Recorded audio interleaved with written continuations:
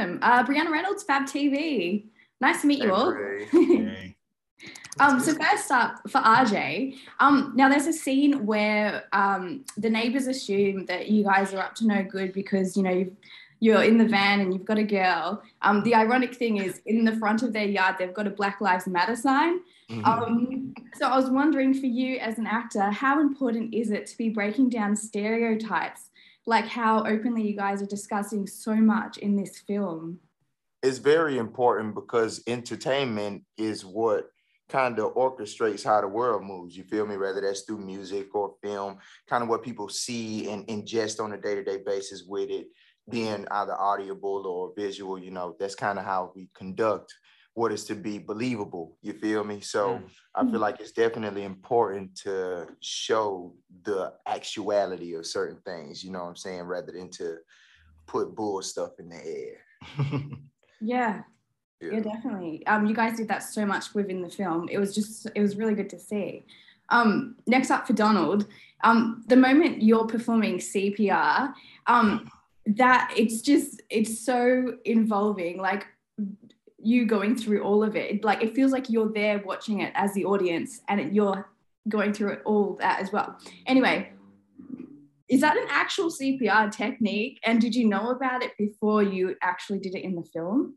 Yes. I was out of practice, but I was an RA in undergrad. So we had to get CPR certified. But really kind of going at it and doing it. And yeah, it was really nerve-wracking because you create like this genuine care for all of your castmates. And then when I'm actually performing and doing it on Maddie, and she's like doing this amazing job and she's kind of like really unresponsive and like completely, and it just kind of takes over and it's like, no, I want you, I can't have this happen to you. I need you to come back. You know, I need this. So baby, come back.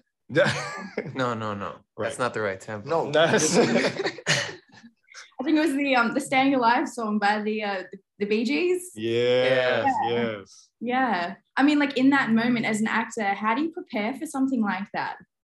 I call them my headphone days. I would just kind of put every other day I'm playing around with everyone, and then I just kind of let them know, like, okay, they're like 2 days that I'm just gonna just kind of be here and not in that moment, but just spatially, just I want to be able to give this character exactly what it needs, without any distractions or anything. And if anyone needs me, then I'll be there for you. But I just have to, you know, be as authentic as possible. So. Yeah. And Sebastian, for you, this film goes so effortlessly between, you know, thriller and comedy. I think it's when you guys get to the forest and you lose Emma, and she goes through and she's run off. I think for the audience, it's at that moment that we realize, oh my gosh, this movie is actually, you know, going in two different directions. Like it's over. For you as an actor, how do you keep on track with, you know, those two different genres?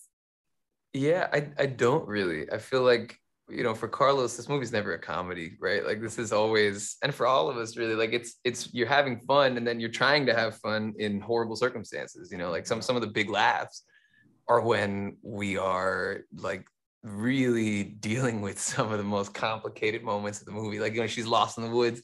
Or like, where is she? Like, she's up in a tree, and you're like, what? Like, the situation is so horrible you can't help but laugh, you know? Yeah. So to try to sell that is, you know, it just, you don't even have to. Yeah. And then RJ, what sort of audiences do you think should watch this film? Because, you know, it deals with so many different stereotypes and it breaks down so many, you know, cultural norms in that. It's a really important film for people to watch. Who do you think should be watching it?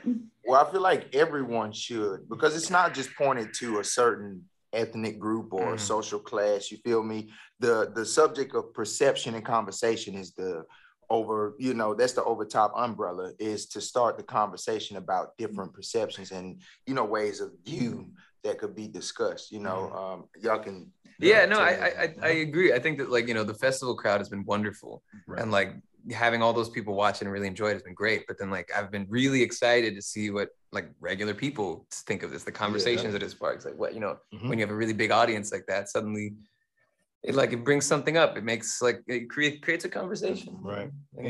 Anyone who is just willing to have empathy and see something from a different lens, that's who we want to see it, and let us know what you think. Or anybody who drank water, you can watch it. If you drink Sprite only, no non-water drink. Yeah. Tequila if you need to.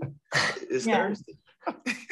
Well, congratulations on the film. I absolutely loved it. Can't wait for audiences to see it. And congrats. Thank you for chatting. Thank you.